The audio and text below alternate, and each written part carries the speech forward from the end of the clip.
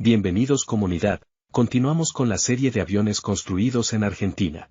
Por iniciativa del gobierno de Juan Domingo Perón, en 1946, la IA comenzó el proyecto para el primer caza a reacción de Latinoamérica. Poco tiempo después de iniciado el proyecto, el Ministerio de Aeronáutica, al conocer la presencia del industrial aeronáutico francés Émile de Gouitine en la Argentina, lo contrató, uniéndolo al equipo del instituto en la división de proyectos especiales. De Gouitine era un reconocido diseñador que había huido de su país, acusado de colaborar con los alemanes. Había tenido éxito diseñando y construyendo aviones y había llegado tras su fugaz paso por España, escapando de la justicia francesa, con la intención de construir su propio proyecto de avión de reacción, el D-700. Aunque se lo cita como único responsable del diseño del Pulqui, y de hecho tuvo una participación preponderante, el avión fue el resultado de un trabajo de equipo, siendo finalmente muy distinto al proyecto personal del diseñador europeo. En 1947, un 9 de agosto, se realizó el primer vuelo, colocando a la República Argentina en la era de los aviones a reacción, presentando al IAE-27 Pulqui, flecha en mapuche, pasando a ser el primer país en Latinoamérica en diseñar y fabricar un avión de esa clase, y el noveno en todo el mundo. De construcción totalmente metálica, el prototipo estaba motorizado por una turbina Rolls-Royce Derwent 5, el mismo que equipaba a los famosos Gloster Meteor. Aunque se dice que el avión estaba proyectado para llevar 4 cañones de 20 milímetros u otras armas, en realidad esto nunca fue contemplado en los planos. En septiembre, el prototipo voló hasta Morón, cerca de la ciudad de Buenos Aires, donde el día 22 fue exhibido en vuelo ante el presidente Perón, y luego de mostrarse al público en Buenos Aires, el avión regresó a Córdoba el 10 de diciembre. Un año después de la aparición del Pulqui, realizaba su primer vuelo el IAE-30 Ñancú, Aguilucho en Mapuche, un avión de caza y escolta, concebido para acompañar a los bombarderos cuatrimotores estratégicos Avro Lincoln. El armamento lo constituirían 4 cañones automáticos Oerlikon de 20 milímetros, bajo la proa, aunque posteriormente se optó por instalar los más pesados Hispano-Suiza 804, también de 20 milímetros. Como armamento lanzable estaba prevista la instalación de una bomba de 250 kilogramos bajo el fuselaje y 2 baterías de 5 cohetes de 83 milímetros, cada una colgadas debajo de las alas. Sin embargo, este sistema no se instaló en el prototipo. El Ñancú voló hasta 1949, cuando un aterrizaje accidentado lo destruyó parcialmente. Se había considerado originalmente una gran serie de 210 aparatos de este modelo para la Fuerza Aérea Argentina, pero se presentaron nuevas oportunidades que hicieron replantear el proyecto, y dejar de lado la reparación del prototipo o la finalización de 2 ejemplares más, en distinto grado de terminación. En 1947 voló por primera vez el IAE-31 Colibrí, un biplaza en tándem, desarrollado para su fabricación por parte de la industria privada. Fabricado por la firma Talleres H. Goberna, de Córdoba, en la cantidad de 3 ejemplares. Siguiendo la línea de fabricación privada, en 1949, el taller Mario Vicente Construcciones Aeronáuticas S.R.L., construyó el prototipo del IAE-32 Chingolo, un avión de entrenamiento, turismo y acrobacia a doble comando, construido en madera, metal y tela.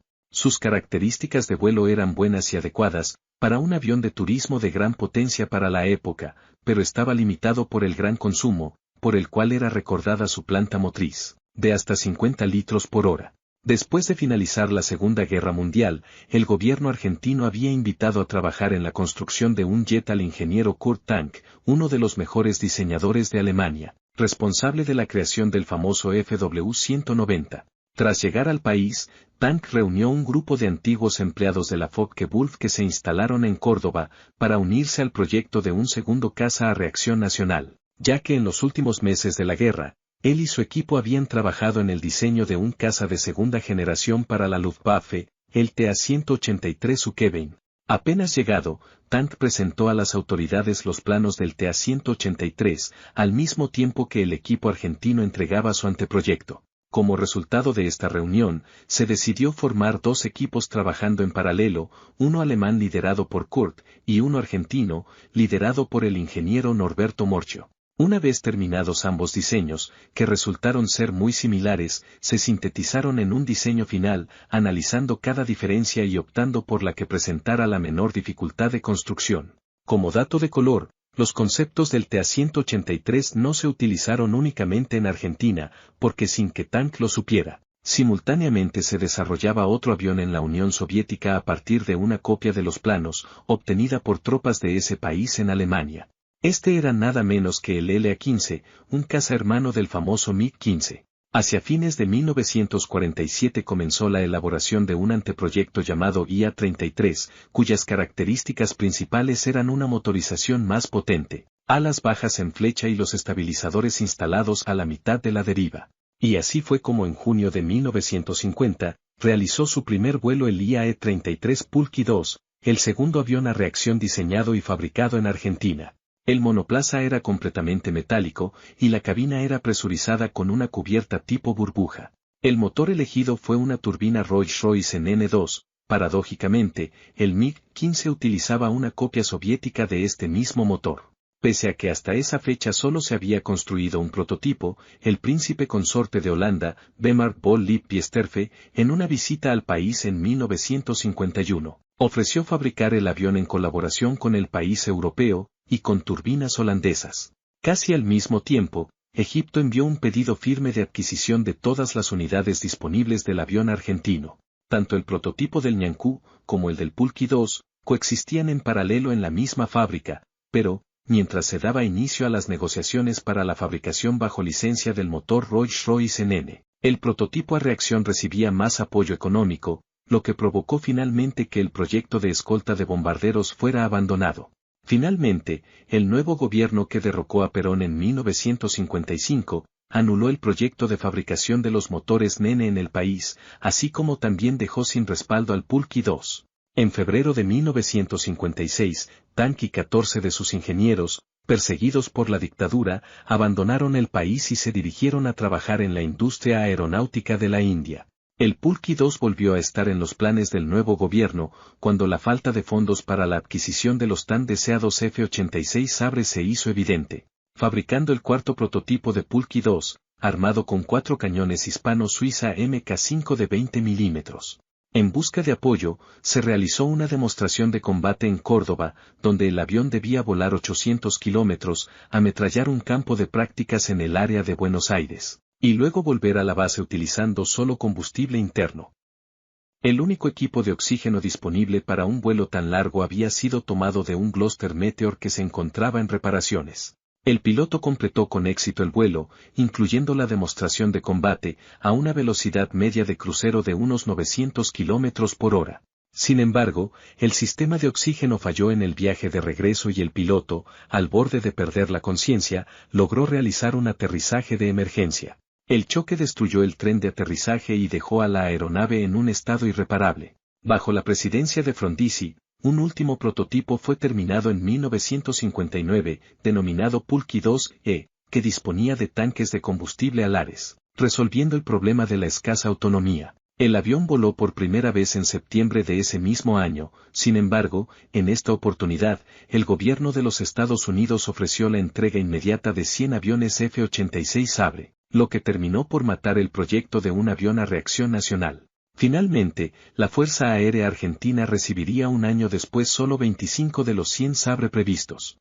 Antes de continuar con los aviones fabricados, hagamos un paréntesis en los proyectos abandonados tras la fuga de Kurt Tank y su equipo. Uno de estos grandes proyectos fue el IA-36 Cóndor, una aeronave de transporte de pasajeros. El avión contaba con 5 turbinas en conformación envolvente, turborreactores Rolls-Royce en N2. Podía albergar de 32 a 40 pasajeros y alcanzar una velocidad de 950 km por hora, poseía alas en flecha pronunciada, beneficiando su rendimiento y economía en vuelo a altas velocidades, con un alcance estimado de 5.000 km. Se construyó un prototipo escala 1.34 para el túnel de viento y una maqueta escala real en madera. A su vez, otro proyecto abandonado fue el reemplazo del 22DL, bautizado IAE-44DL2. El avión sería un biplaza en tándem compuesto por un fuselaje semi-monocasco construido en madera, de origen nacional. Contaría con tren de aterrizaje triciclo retráctil y sería impulsado por un motor nacional, el IAR-19CR El Indio, con hélice tripala metálica. Mención aparte merece el Marut, el proyecto del equipo alemán que se encaminaba a hacer el Pulqui 3, pero tras la fuga, el diseñador se llevó consigo los planos a India, donde la HAL lo contrataría para diseñar y desarrollar el primer cazabombardero supersónico hindú, el HF-24 Marut. Ahora sí, volviendo a la fabricación de la FMA, y de vuelta en 1948, dos hermanos alemanes, Walter y Reimar Horten, también fueron contratados por el gobierno de Perón y en un principio, trabajaron junto a Tank en el diseño del Pulki II. Pero 2 años después, tras diferencias de conceptos, Walter decidió renunciar y volver a Alemania, mientras que Reimar, decidido continuar con su proyecto de ala volante abandonado tras la caída del Tercer Reich, presentó varios proyectos al ingeniero jefe Juan Ignacio San Martín. Entre estos, todos alas volantes, se encontraba el Horten Jo-X, un teórico avión supersónico capaz de alcanzar un techo operativo de 14.000 metros, muy superior al Pulki II de Tank. El ministro de Aeronáutica rechazó los planos de Horten y en su lugar, le encargó el diseño de un planeador biplaza de entrenamiento para la aviación privada. Así fue como el diseñador alemán, fiel a su estilo, dio vida al IAE-34 Clenantú, rayo de sol en mapuche. Se construyeron 4 ejemplares, los cuales fueron entregados a diferentes clubes de planeadores argentinos para su experimentación.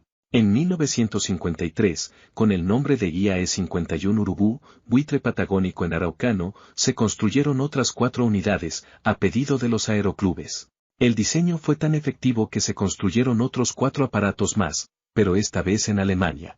En 1952, Horten proyectó un avión birreactor supersónico que utilizaba una estructura alar en delta, con entradas de aire a cada lado de la nariz. El piloto controlaba el aparato en una novedosa posición prono, acostado, apoyando el mentón en un soporte acolchado, lo cual permitía una amplia visión a través de la nariz acristalada. En 1954 finalizó la construcción del planeador en madera, bautizando el proyecto como IAE-37 Ala Delta, realizando las pruebas de vuelo ese mismo año. Un año después y en vista del buen desempeño del planeador, comenzó la construcción de un prototipo metálico, en vista a utilizar el Rolls-Royce Derwent 5, utilizado por los Gloster Meteor de la Fuerza Aérea. Si bien, este motor era adecuado para impulsar el prototipo metálico, no contaba con la potencia deseada por Horten. El avión en tanto podría contar con hasta 1.700 litros de combustible para su motor, divididos en 3 tanques, que le otorgarían 2 horas de autonomía.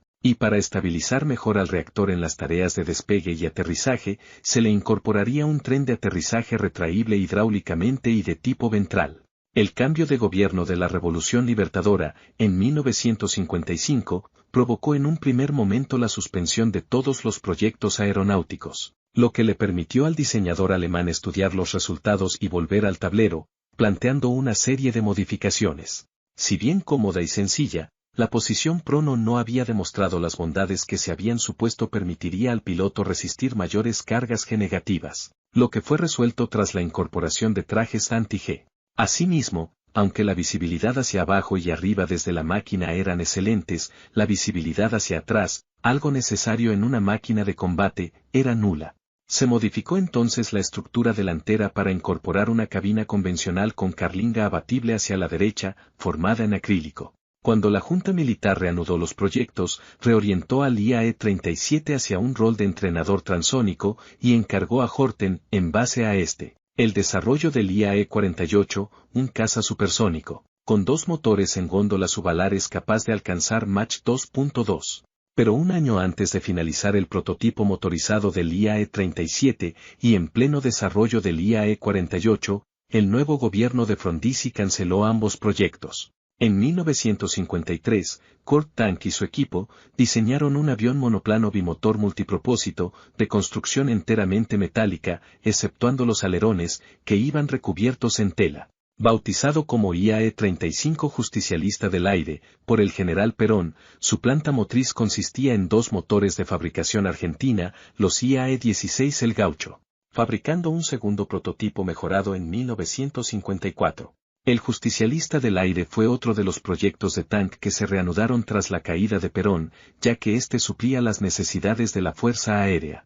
Ahora rebautizado Banquero, un moscardón del norte argentino, fue la primer producción en serie de la nueva DINFIA, la Dirección Nacional de Fabricaciones e Investigaciones Aeronáuticas, la cual fue el resultado de la fusión de la FMA, la IA y la IAME. El IAE-35 debía poder realizar las funciones de entrenador avanzado de vuelo y armamento, transporte ligero para 7 pasajeros y 3 tripulantes, avión ambulancia y aparato de reconocimiento fotográfico, ya que la Secretaría había hecho hincapié en la polivalencia de sus diseños, con mínimas modificaciones a la línea de montaje de los aparatos.